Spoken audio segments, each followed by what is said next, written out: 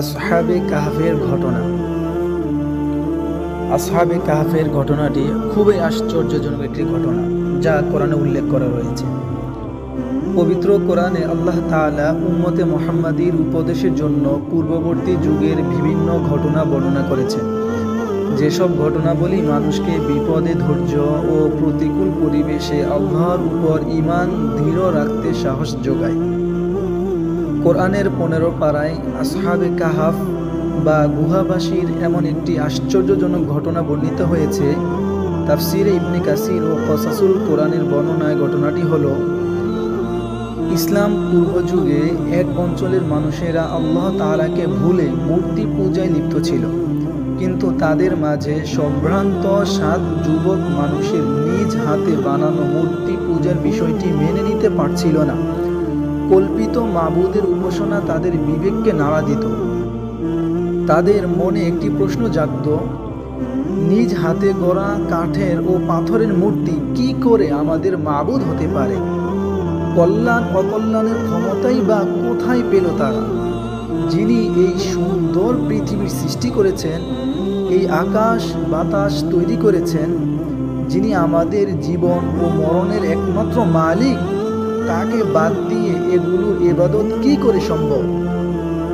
তারা সকলেই এক বাক্যে পরস্পরের নিকট জাতির লোকদের মূর্তি পূজা ও শিরকের প্রতি মনের সন্দেহের কথা প্রকাশ করলেন। অতঃপর তারা মহাবিশ্বের মাঝে তাদের প্রখর দৃষ্টি ঘুরালেন। এতে তাদের অন্তরসমূহ তাওহীদের আলোয় আলোকিত হয়ে উঠল এবং আল্লাহর মনোনীত দ্বীনের সন্ধান পেয়ে তাদের আত্মা এক অনাবিল প্রশান্তি লাভ করল। তারা সকলেই ঈমান গোপন রাখার উপর একমত হলেন, কারণ তাদের বাদশাহ ছিল মূর্তি পূজক মুশরিক, যে তার প্রজাদেরকে শিরক করতে বাধ্য করত। তারা সমাজের অন্যান্য লোকদের সাথেই বাস করতে থাকলেন, কিন্তু তাদের প্রত্যেকেই যখন একাকী হন তখন আল্লাহর ইবাদতের দিকে মনোনিবেশ করেন। কোনো এক রাতে তারা যখন একত্রিত হলেন, তখন তাদের একজন নিচু আওয়াজে এবং পূর্ণ সতর্কতার সাথে বললেন, হে আমার বন্ধুগণ, গতকাল আমি একটি খবর শুনেছি। এটি যদি সত্য হয়, আমার ধারণাও তাই, তাহলে অচিরেই আমাদেরকে আমাদের দিন হতে ফিরিয়ে রাখা হতে পারে, অথবা আমাদের জীবন নাশ করা হতে পারে। কিন্তু হঠাৎ একদিন বিষয়টি সে যুগের বাদশাহ জানতে পারলেন। রাজ্যের সম্ভ্রান্ত যুবকদের সম্পর্কে এসব জেনে তিনি রেগে গেলেন। রাজ দরবারে তাদের উপস্থিত করিয়ে বললেন, আমি জানতে পেরেছি যে তোমরা বাদশাহ এবং তার প্রজাদের ধর্ম ত্যাগ করেছ। তোমরা এমন এক নতুন ধর্মে প্রবেশ করেছ যে সম্পর্কে আমি জানি না। কোথা থেকে তা তোমাদের আসলো? আমি তোমাদেরকে কখনোই এভাবে ছেড়ে দিব না।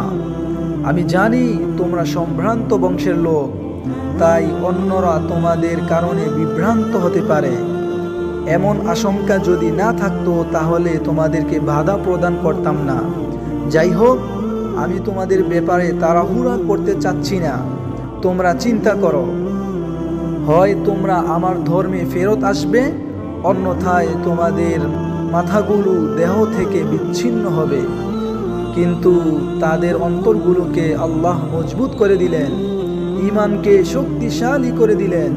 তারা বললেন, হে বাদশাহ, আমরা এই দিনে কারো অন্ধ অনুসরণ করে প্রবেশ করিনি, বাধ্য হয়েও নয় এবং অজ্ঞতাবশতও নয়। আমাদের সুস্থ বিবেক ও ফিতরাত আমাদেরকে ঢাক দিয়েছে। আমরা সেই ঢাকে সাড়া দিয়েছি। বিবেক আমাদেরকে আলোকিত করেছে, তার আলোতেই আমরা চলছি। আল্লাহ এক ও অদ্বিতীয়, তার কোনো শরিক নেই। আমরা তাকে ছাড়া আর কাউকে ডাকব না।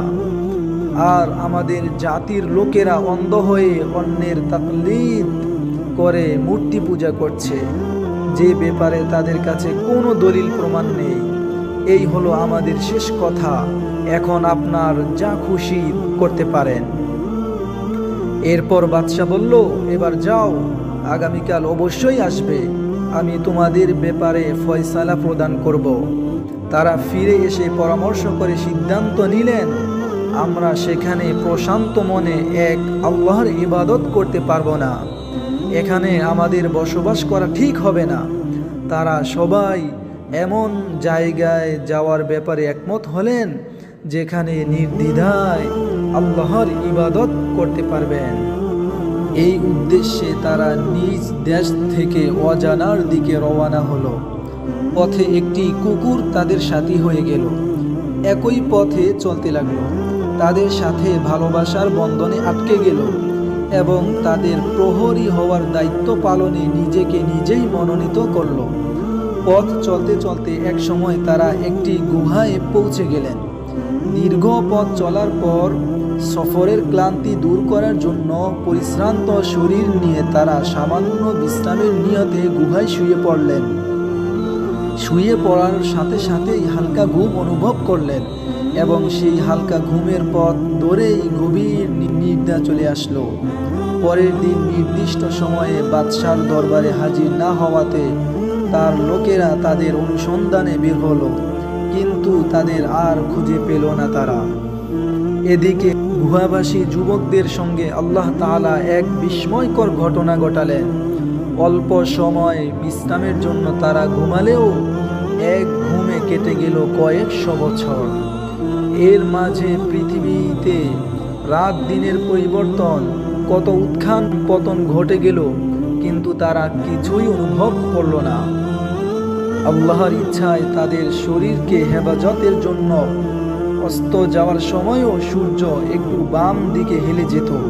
কুকুরটি তার দুই বাহু প্রসারিত করে বীরের মতো প্রহরীর কাজে গুহার বাইরে অবস্থানরত ছিল।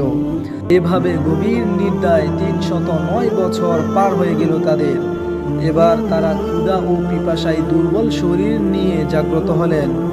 ঘুম থেকে উঠে তারা ভাবলেন সময় বেশি অতিক্রম হয়নি এবং ইতিহাসের চাকা গুহার মুখেই থমকে রয়েছে। তাদের একজন বললেন, হে বন্ধুগণ, আমার মনে হয় এখানে আমরা দীর্ঘ সময় ঘুমিয়ে পার করেছি। তোমাদের মতামত কি? অন্যজন বললেন, আমার মনে হয় পূর্ণ একদিন আমরা নিদ্রিত ছিলাম, কারণ যে ধরনের ক্ষুধা ও পিপাসা আমরা অনুভব করছি তাতে তাই মনে হয়। তৃতীয় জন বললেন, সকালে ঘুমিয়েছি, এই দেখো সূর্য এখনো ডুবে যায়নি। আমার মনে হয় একটি দিবসের কিয়দাংশই আমরা নিদ্রায় অতিক্রম করেছি। চতুর্থ জন বললেন, ছাড়ো এসব মতভেদ, আল্লাহই ভালো জানেন আমরা কতকাল এখানে ঘুমিয়েছি। মূল কথা হচ্ছে আমার প্রচুর ক্ষুধা অনুভব হচ্ছে, মনে হচ্ছে কয়েকদিন যাবৎ না খেয়ে আছি। আমাদের একজনের এখনই শহরে গিয়ে কিছু খাদ্য ক্রয় করে নিয়ে আসা উচিত, তবে তাকে অবশ্যই সতর্কতা ও সাবধানতা অবলম্বন করতে হবে, কারণ লোকেরা যদি আমাদের অবস্থান সম্পর্কে জেনে ফেলে তবে তারা আমাদেরকে হত্যা করতে পারে কিংবা আমাদেরকে ফিতনায় ফেলে দিন পালন থেকে বিরত রাখতে পারে। তাকে আরেকটি বিষয়ে সাবধান হতে হবে, কোনোভাবেই যেন হারাম খাদ্য ক্রয় করা না হয়, সেজন্য সে যাচাই বাছাই করে হালাল খাদ্যটি ক্রয় করবে। তাদের একজন সাবধানতা ও পূর্ণ সতর্কতার সাথে সন্ত্রস্ত অবস্থায় শহরে প্রবেশ করলেন। তিনি দেখলেন কোনো কিছুই আর আগের মতো নেই। ঘরবাড়িগুলো পরিবর্তন হয়ে গেছে।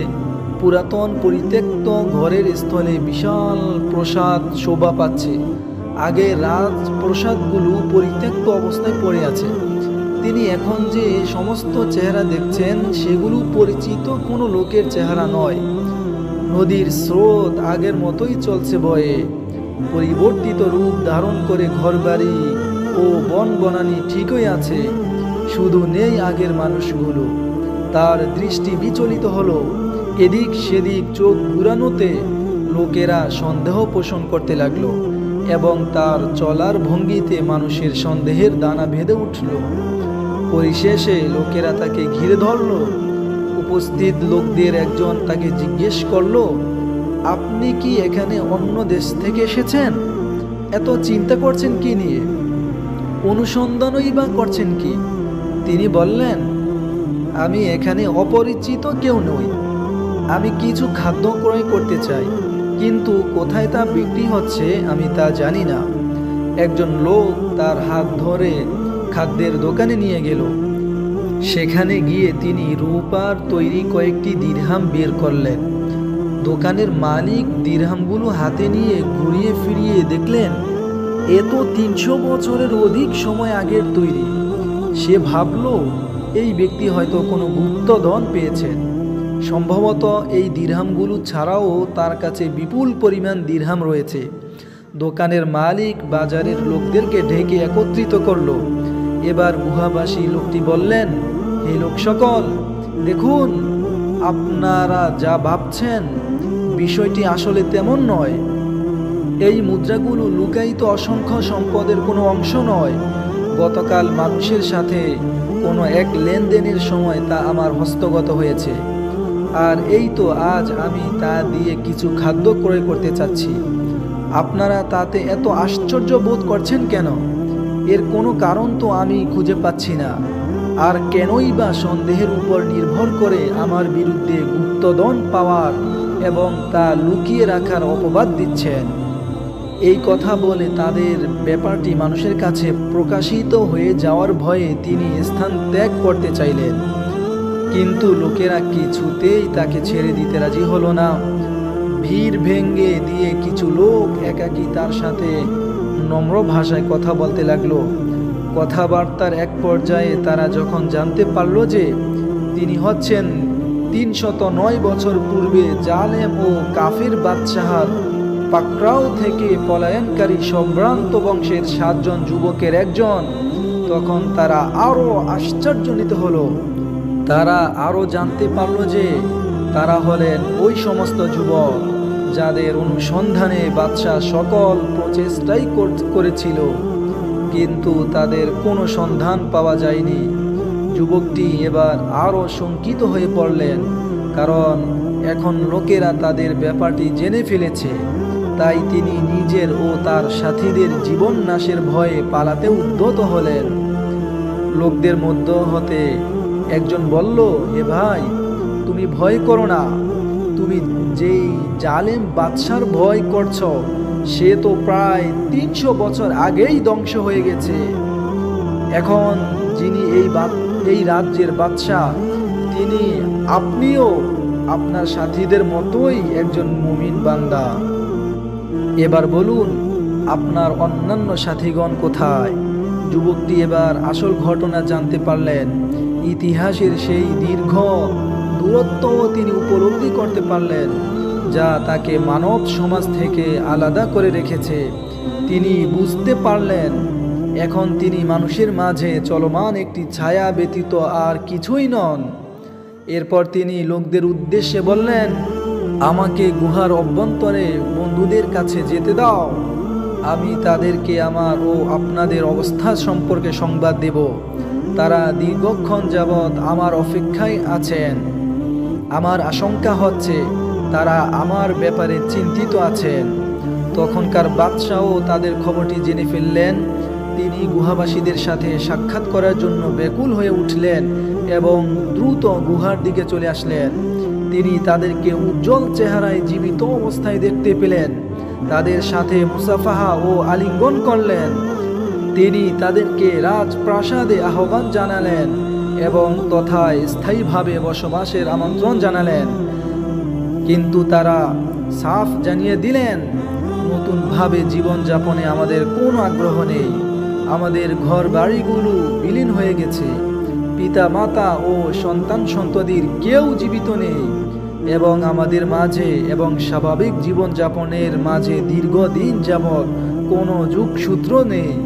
সুতরাং এই পার্থিব জীবনের দিকে ফিরে গিয়ে আর লাভ কি? অতঃপর তারা আল্লাহর নৈকট্য লাভের আবেদন করলেন, তার কাছে ফেরত যাওয়াকেই পছন্দ করলেন এবং তার প্রশস্ত রহমত দ্বারা তাদেরকে ঢেকে নিতে প্রার্থনা করলেন। কিছুক্ষণের মধ্যেই তারা মৃত্যুর কোলে ঢলে পড়লেন। দেহ থেকে তাদের প্রাণ চিরদিনের জন্য বিচ্ছিন্ন হয়ে গেল। সুবহানাল্লাহ।